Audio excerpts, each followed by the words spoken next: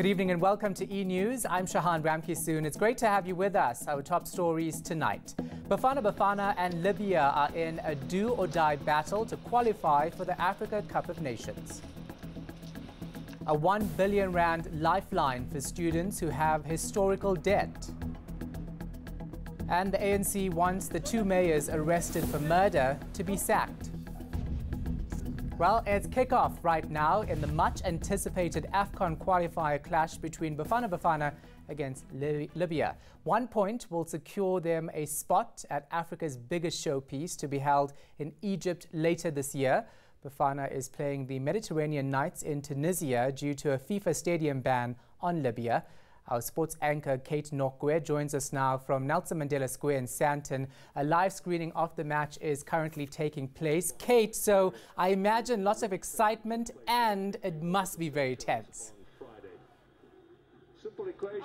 More nerves and excitement, Shahana, I can tell you that much. Everybody that we've spoken to earlier today were confident. Bafana have what it takes to win this match, not just play for the draw, but actually get the 3 points needed away from home. But the fans are as equally optimistic as the analysts have been. The fans are also very optimistic but still very nervous. Itumeleng obviously, who still plays for Bafana, who's injured now, was one of the players that we spoke to earlier, Shahan, also saying that if South Africa sticks to what they know and know they are capable of, they'll be just fine. But he also admits that at a time like this, he knows very well how nervous those players are who are in Tunisia tonight, Shahan.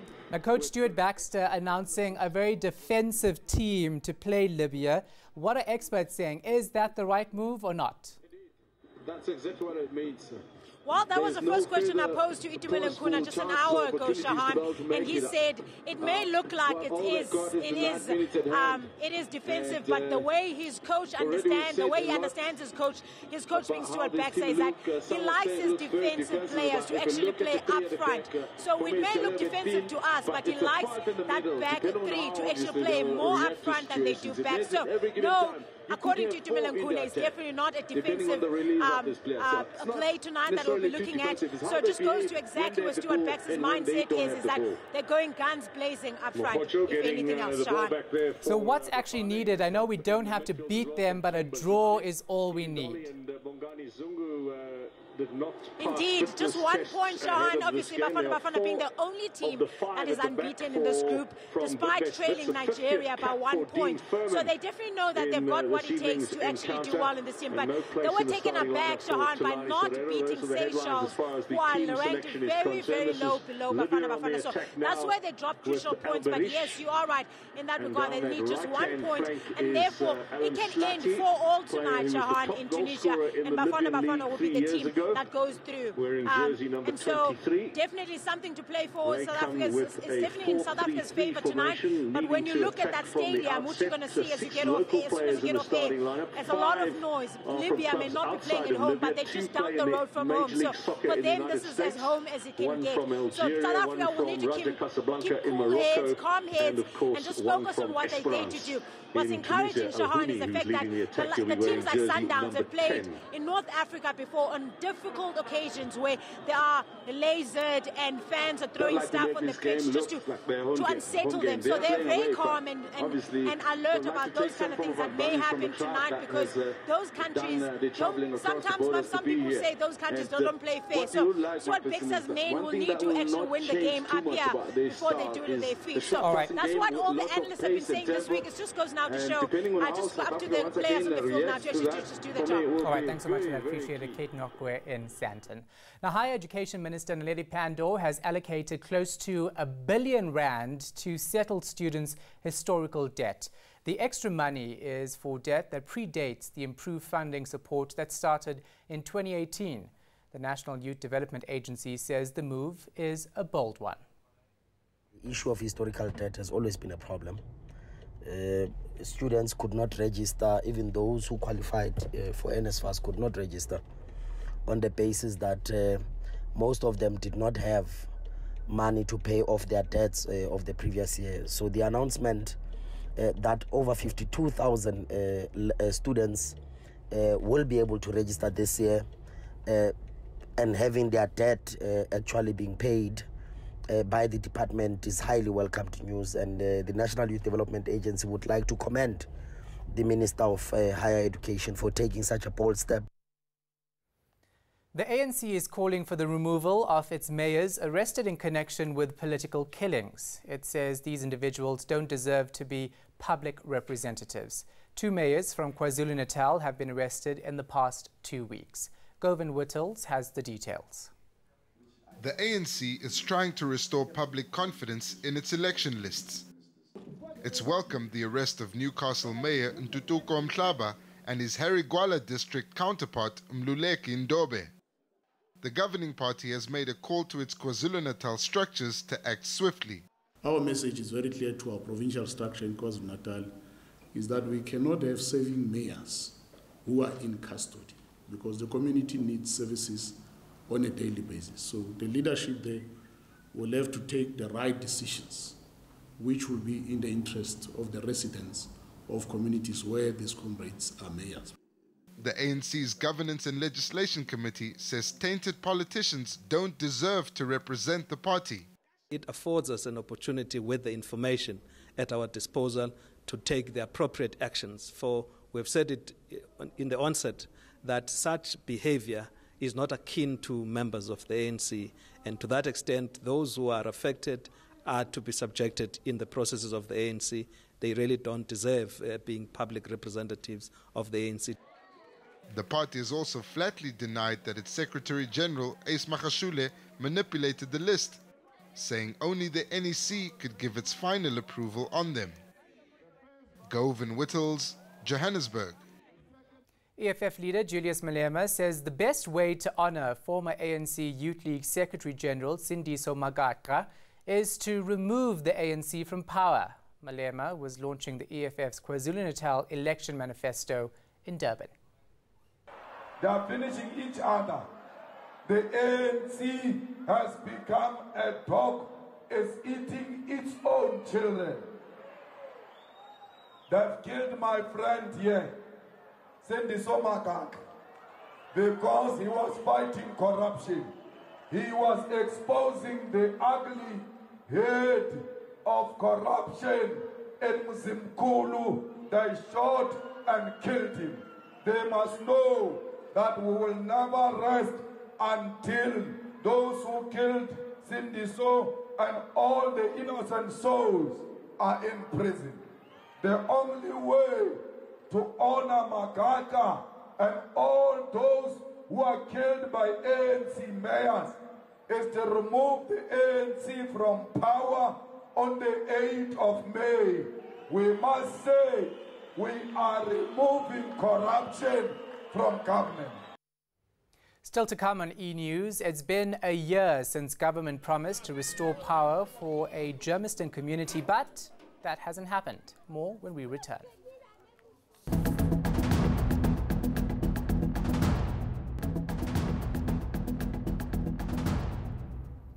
Welcome back. A Gauteng community will soon be marking 1 year without any electricity. Residents say they are at the mercy of illegal connectors who charge them monthly. Ekurhuleni officials say they're hoping to resolve the matter soon, but residents believe government simply doesn't care about them. Zikona Chona filed this report. The Nyogas cut our wires because they are the bosses here in Digatol. If you want gas, we must talk to them. They will give us gas, they will tell us how much must we pay. If you want electricity in your house in these streets, you pay the izinyoka for an illegal connection, or you live without. Dugatole has been without power since last April. Electricity lines stand vandalized, transformers have exploded. We went back to the area on Friday and found little has changed. The only difference now are these holes dug presumably for new power lines. Soos jy sien, hulle is nou besig om die krag reg te maak, maar is van laas jaar af wat hulle nou besig is om die krag reg te maak, maar nog steeds niks nie. Ek weet nie hoe lank moet ons nog wag vir die krag om aan te gaan nie. Marty Jeffries lives here and takes care of 2 people living with disabilities, her husband and her daughter. It affected me very badly, because especially with Janine, who is disabled, Sometimes I have to wake up and give her some pills or medicine. And you have to look for matches which is very dangerous.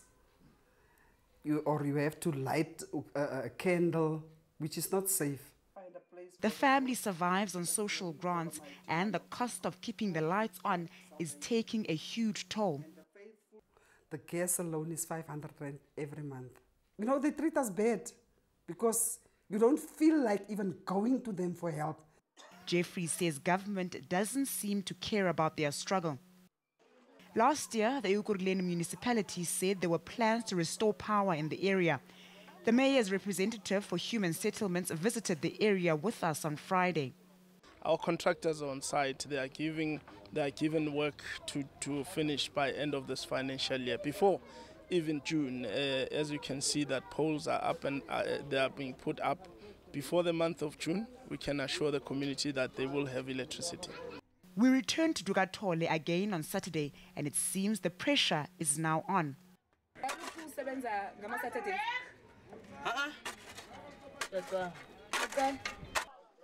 Residents hope this time the municipality will keep its word. Zikhona Tshona, Dugatole in Germiston. It's World TB Day, and the theme this year is It's Time. The aim is to raise public awareness about the curable disease. A new TB facility in Cape Town opened only 2 weeks ago, and already it's at the forefront of TB transmission research worldwide. Stefan Goosen reports. The state-of-the-art aerobiology TB research facility is pinning down how tuberculosis is transmitted. According to UCT Professor Robert Wood, TB infections in the community increase at an astronomical rate. We believe that the time of going to primary school at the age of 5, 20% of these populations are infected with TB. And just before puberty at 14, 50% of them are infected with TB already. And by the time they leave school, 70 to 80% of them are infected with TB. And we think fundamentally we have to control that. Wood says they're focusing on drug-sensitive TB patients. This will help identify what he calls super spreaders, a key to curbing the spread of the disease. This is the first stage in our sampling. We put a TB case into there for about an hour, and we monitor all the environment around them, and we capture the air that they breathe out over that hour into a small quantity of liquid. Once this liquid is captured, the sample is separated into smaller parts in which TB particles can be identified. This is really the sharp end of science nowadays, is to be able to do single cell analysis, to be able to look at the characteristics, what we call the phenotype of the organism, and to see how it's adapted for airborne transmission. Once the process is refined, Wood hopes to test at least 2 patients a day. The research is set to continue for at least another 2 years. Stefan Goosen, Cape Town. The South African National Defence Force is helping save hundreds of people displaced after Cyclone Idai destroyed large parts of Mozambique. But there's now a desperate need for more food aid. Gerard Pretorius reports from Beira. South Africa currently has almost 80 members of the Air Force, Army and Medical Health Services providing disaster relief in Mozambique. The teams have been working tirelessly this past week, rescuing more than 400 people. Rescue efforts are not only limited to relocating people to places of safety, there is also a desperate need for food and other aid, especially in areas cut off by the floods.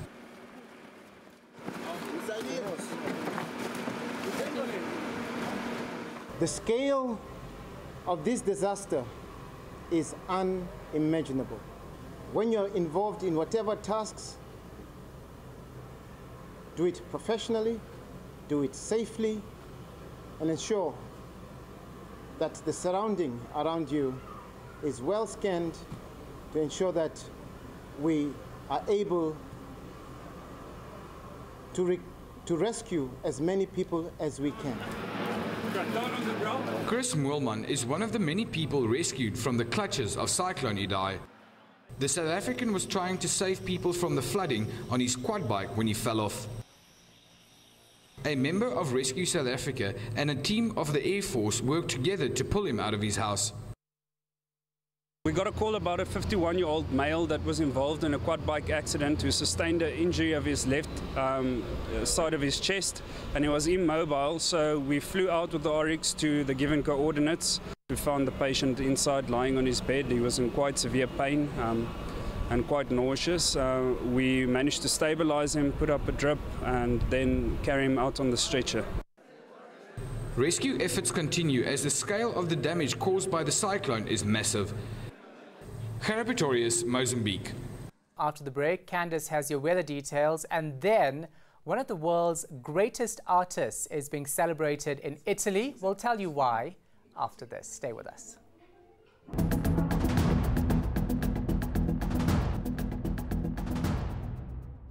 Welcome to the Weather Centre on Sunday night. It's fog season at the moment, and we're expecting a band of fog to move in along the west coast and remain in the forecast through to Monday morning.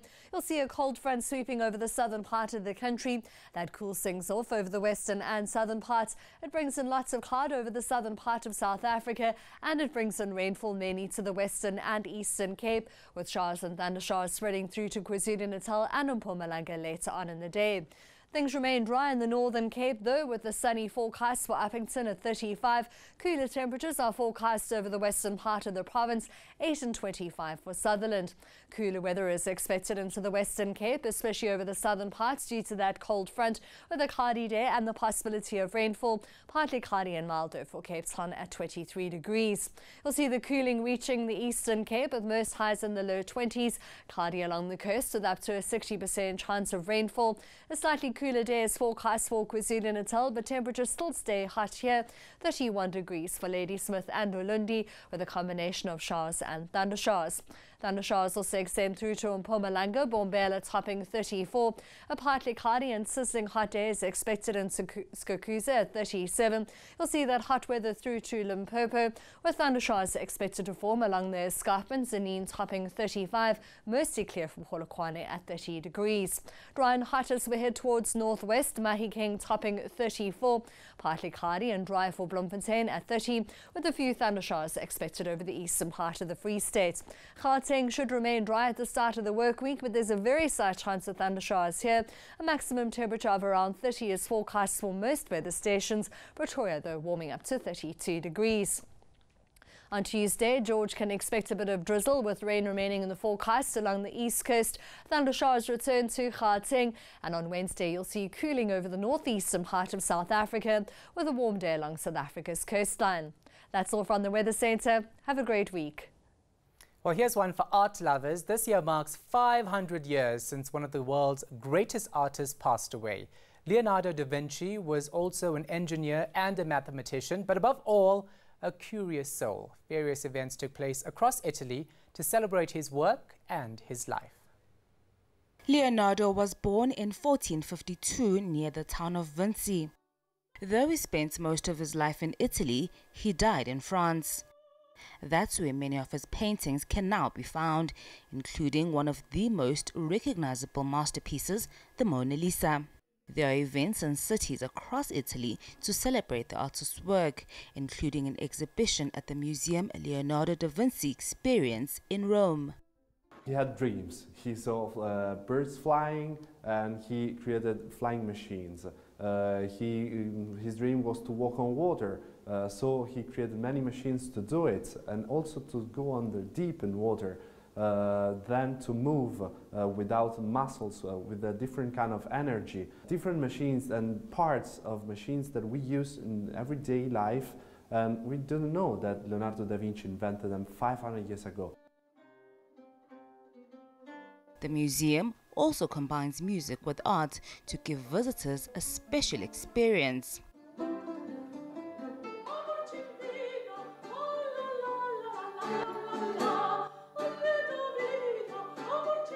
Painting is a thing that seems not alive, because you can see it and it can't say anything. But with the music, that painting could be alive again, because we choose musical pieces that are connected with that painting. Quincentennial events to remember the Italian master will culminate on the 2nd of May, the day Leonardo died.